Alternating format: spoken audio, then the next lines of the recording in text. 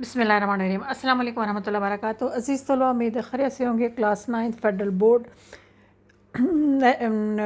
Pakistan studies के जो बच्चे क्लास 9 में पेपर दे रहे हैं 2022 और ऑनवर्ड्स, उनके लिए एक लॉन्ग क्वेश्चन मैं आपके लिए लेके आई हूँ और वो है सिस्टम ऑफ बेसिक डेमोक्रेसी। ये अक्सर बुक्स में जो है ना वो ज़रा एक दो बुक्स में शॉर्ट करके दिया हुआ है, तो बोर्ड वालों ने इसको लॉन्ग करके दे दिया है। तो मैंने सोचा कि क्यों ना आपको लॉन्ग भी साथ शेयर कर दिया जाए ताकि आप उसके मुताबिक उसका आंसर लिख सकें। याद रखिएगा, आपने पूरी बुक A to Z अच्छी तरह याद करनी है। कोई क्वेश्चन एज अ शॉर्ट नहीं याद करना, सारे लॉन्ग की सूरत में याद करने, ताकि उसमें से अगर कोई शॉर्ट बन गया तो आप आंसर देने के काबिल हो सकें। इसलिए शॉर्ट क्वेश्चन आंसर को भी जो है ना वो पूरा का पूरा याद कीजिएगा, ताकि अब वो आपका लॉन्ग भी बन के आ सकता है।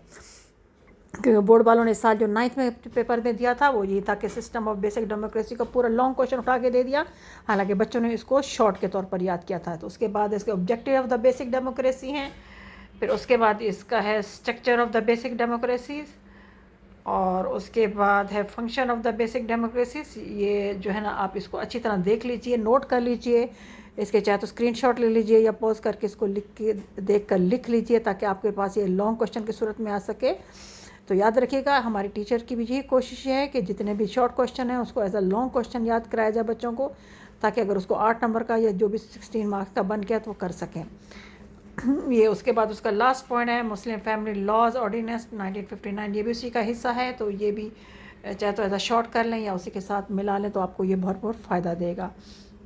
उम्मीद है आपको बात समझ आ गई होगी। आपने शॉर्ट क्वेश्चन को भी एज अ लॉन्ग क्वेश्चन के तौर पर अक्सर प्रिपेयर करने हैं, ताकि आपके पूरे नंबर आए।